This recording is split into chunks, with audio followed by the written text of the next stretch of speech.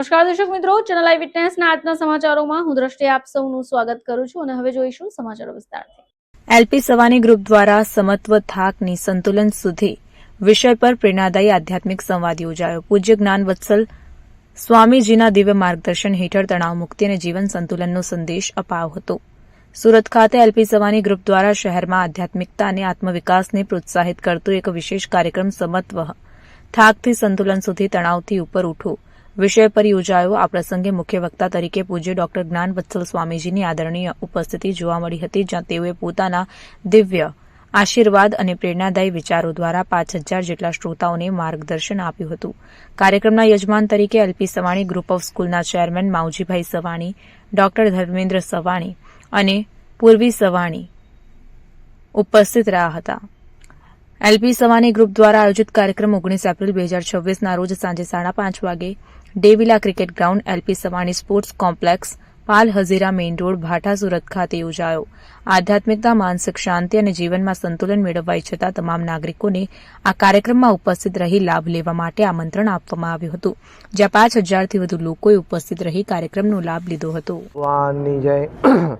આજે અહીંયા 19 એપ્રિલ 2026ના રોજ રવિવારે સાંજે LP Savani group of schools અંતર્ગત ખૂબ જ એક સુંદર પ્રેરણાદાયી કાર્યક્રમનું આયોજન થયું, જેમાં માવજીભાઈ સવાણી, ધર્મેશ સવાણી, એમના પરિવારજનો અને ગ્રુપ ઓફ સ્કૂલ્સના બધા વહીવટદારો, શિક્ષકો, માતા પિતા, વિદ્યાર્થીઓ બધા સાથે આવ્યા અને ખૂબ સુંદર ભક્તિભાવપૂર્ણ બધી પ્રસ્તુતિ બાળકોએ પણ કરી।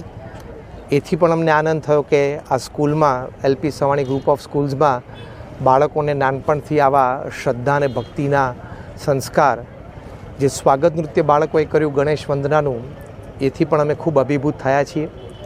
બાળકોએ જે પ્રાર્થના ભક્તિ સંબંધી કરી, તો આવા સંસ્કારો આ સ્કૂલમાં મળે છે એ આજે અમે જાણ્યું, તો અમને પણ ખૂબ આનંદ થયો અને એની માટે એલપી સવાણી ગ્રુપ ઓફ સ્કૂલ્સને ખૂબ ખૂબ અભિનંદન છે।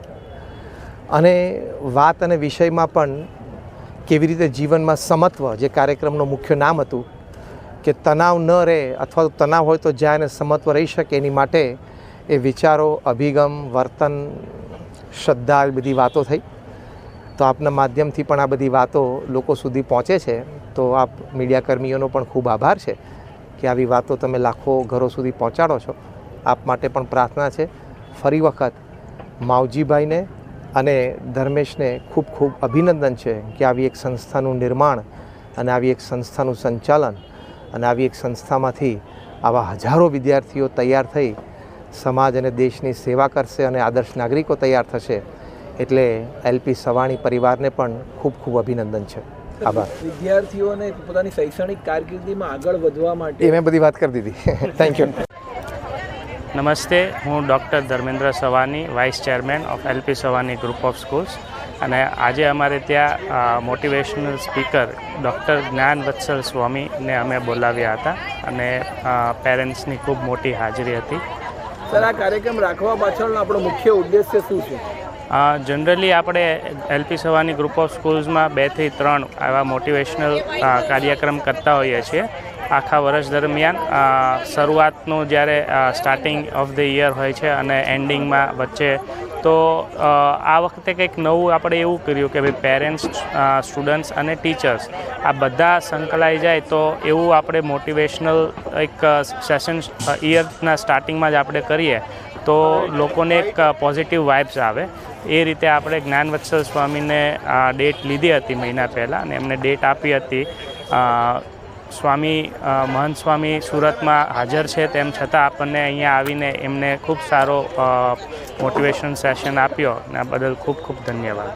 સર, આમ તમારે ઘણા બધા સ્પીકર્સો છે, આપણે જ્ઞાનવત્સલ સ્વામીની પસંદગી શા માટે કરી? જનરલી હું પણ જ્યારે નાનો હતો ત્યારથી મારા ઘરે બાલ સભા થતી હતી, અને એક બાપ્સ મંદિર જે છે, સ્વામિનારાયણ મંદિર, એમનું જે મોટિવેશન સેશન, અને તમે જાણતા હશો કે આખા દુનિયામાં જે મેનેજમેન્ટ એમનું મંદિરનું કે જે એમના બેકગ્રાઉન્ડનું છે, એ ખૂબ સારી રીતે થાય છે। અને જ્ઞાનવત્સલ સ્વામીના બી અવારનવાર વિડીયોઝ ને મોટિવેશન સેશન્સ હું જોતો હોઉં છું, એટલે આ વખતે હું 2 વર્ષથી વિચારતો હતો કે એમને આપણે બોલાવ્યા, પણ એક સાચી તક આપણે જોતા હતા કે ભાઈ ક્યારે બોલાવવા, તો એ પ્રમાણે આપણે આ વખતે એમને બોલાવ્યો. સર, આખા કાર્યક્રમ દરમિયાન આપ ઉપસ્થિત રહ્યા છો, આપ શું શીખ્યા? આમાં જનરલી જે મોટી આપણે સાંભળતા હોઈએ પણ કરતા નથી હોતા કે ભાઈ આપણે જ્યારે આવી રીતે બે જણા મોટા માણસો કહે ત્યારે આપણને એમ થાય કે ના હવે આપણે કરીએ એમ કે ભાઈ આપણે પરિવાર જોડે બેસવું જોઈએ. 15-20 મિનિટ આપણે સાંજે શું કર્યું શું નહીં, ભગવાનની થોડી ભક્તિ કરવી જોઈએ. અઠવાડિયા 15 દિવસે મંદિરે જઈએ તો એક પોઝિટિવ વાઇબ્સ આપણામાં આવે. અને આવી રીતે કોઈ સંત મહાસંતની સાથે આપણે ક્યારેક મોટિવેશન સેશન લેતા હોઈએ છીએ કે સાંભળતા હોઈએ તો આપણામાં બી એક પોઝિટિવ વાઇબ આવે. આજનો જે આપણો સેમિનારનો ટૉપિક હતો કે ભાઈ આપણે જે તણાવથી આવીને ઘણા લોકોને પેલું જે ઇમ્બેલેન્સ થઈ જાય છે તો એનું આ સૌથી મોટું એક રીઝન છે કે તમે કઈ રીતે તમે પોતાની જાતને સારી રીતે બેલેન્સ કરી શકો છો. આ કાર્યક્રમ બાદ આપ એલપી સવાણી ગ્રુપ ઓફ સ્કૂલના વિદ્યાર્થીઓને શું મેસેજ પાઠવશો?